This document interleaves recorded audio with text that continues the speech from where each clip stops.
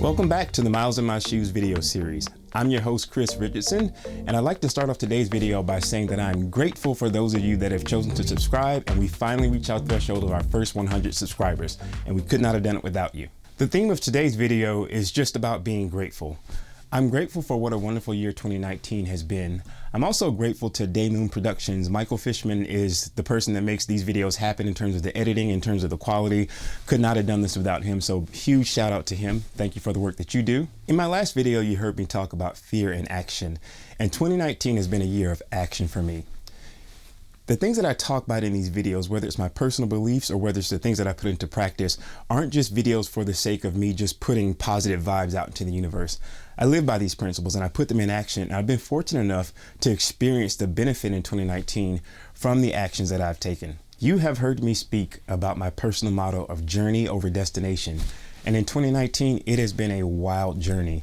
And I'm eternally grateful for what I've accomplished and what I've experienced in 2019. If I am coaching or sharing my perspective, one of my biggest beliefs is, in addition to journey over destination, is getting used to existing in the uncomfort zone.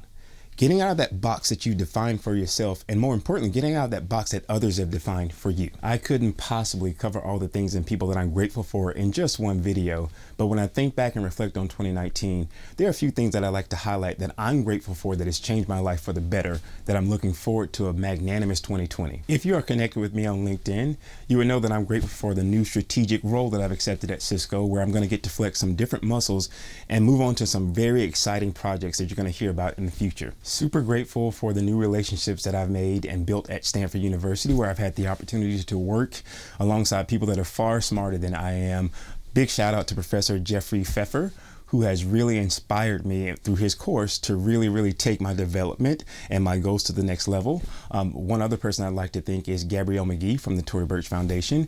Gabrielle was a wonderful course facilitator who gave me that extra nudge that I needed to actually seed the idea of starting a podcast where I had a unique voice and to put that out into the universe. And I'm very excited to know that that nudge turned into a full-fledged podcast that I'll be launching with Cisco next year, but more on that later. When it comes to my reflections on 2019, in the spirit of talking about self-betterment and surrounding yourself with smarter people, I'm always constantly looking for a good book. And one book in particular that really hit home for me this year was Rejection Proof by Jia Jiang. I actually stumbled across this book by accident because I was at a Cisco conference where Jia was giving a talk where he was talking about why he wrote the book and the process that he went through, where he was experiencing 100 days of rejection, where he went out of his way to get rejected by any and everyone and people from all walks of life. There's even a story in there where he talks about going into Krispy Kreme and making this outrageous request for a custom-made Olympic-themed donut. If you are doing everything you've always wanted to do in life and you've made it to the pinnacle of success and you have no worries, no thoughts of self-doubt, no fears, then okay, perhaps you don't need to read the book. But if you're like me and sometimes you kind of struggle getting outside of your own comfort zone, or you make the assumption that people are going to tell you no, this book holds a lot in store for you, so I recommend that you check it out. I'd like to take it back to Cisco Systems. I talked to you guys this year about the importance of taking action and about the fact that we are each more than just what our day jobs are, and there's more to you than just a job title. And I've taken that to heart. I really do believe that. And when it comes to speaking out about tech inclusion, about diversity, whether it's microaggressions, whether it's unconscious bias, I have some very strong thoughts and opinions on those. And if you want to hear more about it, check out the previous videos I've done. But I'm a big believer in taking action. So much of society today is about, it's easy to identify what's wrong, whether it's what your spouse is doing wrong or what your friends are doing wrong or what your company isn't getting right. But doing something about it, putting action behind that voice, is something that is always important. I am a big believer in putting action behind your words, and I feel very strongly about tech inclusion and about diversity and about the moves and steps that our company can take to make it a more inclusive environment, as well as the moves that a company can take to enable people to be the best possible version of themselves. Anyone that knows me knows that I love dialogue. I will strike up a conversation with anyone. And I felt that there was an avenue here at Cisco Systems. And when I say avenue, I don't just mean an avenue for conversation around just diversity, but around inclusion, around culture, around happiness, failures, the thing that make up the human experience.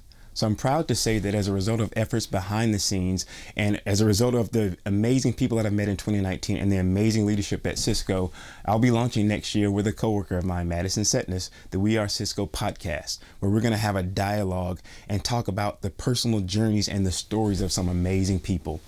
There'll be more to come on that soon. So as you can see, 2019 has been a crazy busy year, but I'm super pumped and super excited to have the seeds that I've planted for this year grow into whatever it's going to grow into for 2020. You've heard me talk in past videos about the importance of recognizing your loved ones and the importance of telling people how you feel about them. You've also heard me talk about the reason why I started this series and what motivates me and what drives me to deliver this content. And today, I'd like to leave you with footprint, or the concept of what's your footprint. I'm constantly asking myself that. What happens when I go away? What impact am I making on this world? What footprint do I leave behind? Life has a funny way of recognizing your efforts and recognizing the energy that you put out into the universe. And just recently, I had an epiphany one night when I was watching television and trying to kind of recoup from a long day, a long week of work. And honestly, I have a son, and my son is very, into YouTube, and he watches all sorts of content. And this generation is all about technology and consuming different videos, whether it's about gaming or whether it's about dancing, you name it, he consumes all those YouTube videos. One night in particular, however, I was sitting in the family room and he came out of his room and he said, "Hey Dad, I just saw one of your videos on YouTube." And I was kind of half asleep, honestly. And I said, "I'm sorry, what?" He said, "Yeah, I just watched a couple of your videos on YouTube and I think they're very cool. They're very good. I think you did a good job. I dig it." And guys, that was hard for me to process. It was hard to process, but it was impactful in a positive way.